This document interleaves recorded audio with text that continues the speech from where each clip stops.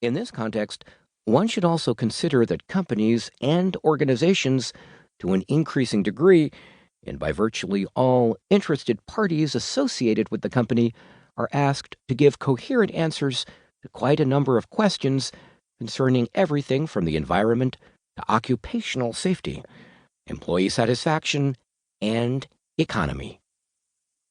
The increasing focus on the company's license to operate means that organizations have to make an effort to ensure that managers and employees are able to function as qualified ambassadors.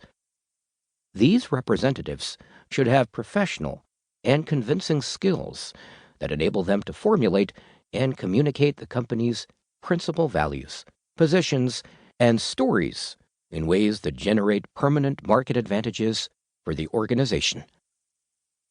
The ability to design, formulate, and communicate personal, commercial, and political visions and ideas in such ways that a broad spectrum understands and feels the message is increasingly important. In this scenario, it is not just top managers who need to apply themselves to improve their personal clout. The rest of us should also take this challenge seriously. Every day we have encounters or meetings where our personal clout determines whether or not we are successful.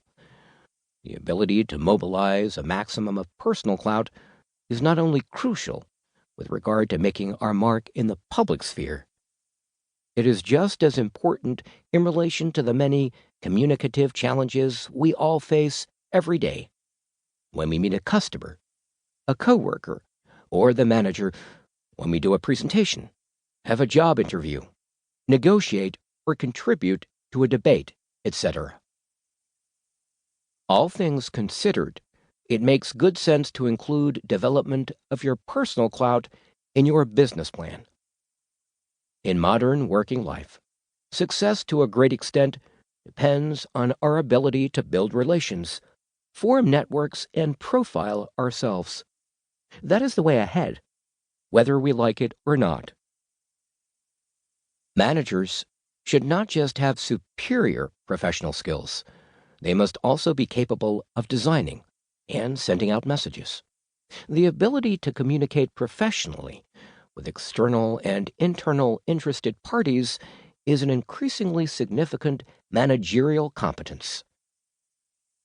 Furthermore, some of the most important future success criteria will be transparency and accessibility. The most efficient managers are very conscious of the ways in which they are perceived by others when they communicate. They are aware of the fact that body language, personal energy, eye contact, dress code, charisma, and the ability to motivate other people create important competitive advantages, or vice versa. Not to mention the fact that clear communication generates satisfied and committed employees whose enthusiasm translates to obvious results on the bottom line.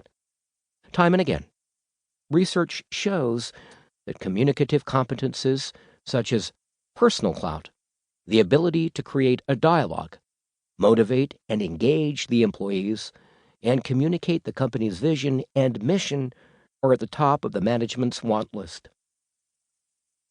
This book is written for those of you who have the desire, as well as the drive to develop your personal clout, thereby increasing your ability to become even better at generating understanding and credibility when communicating with other people.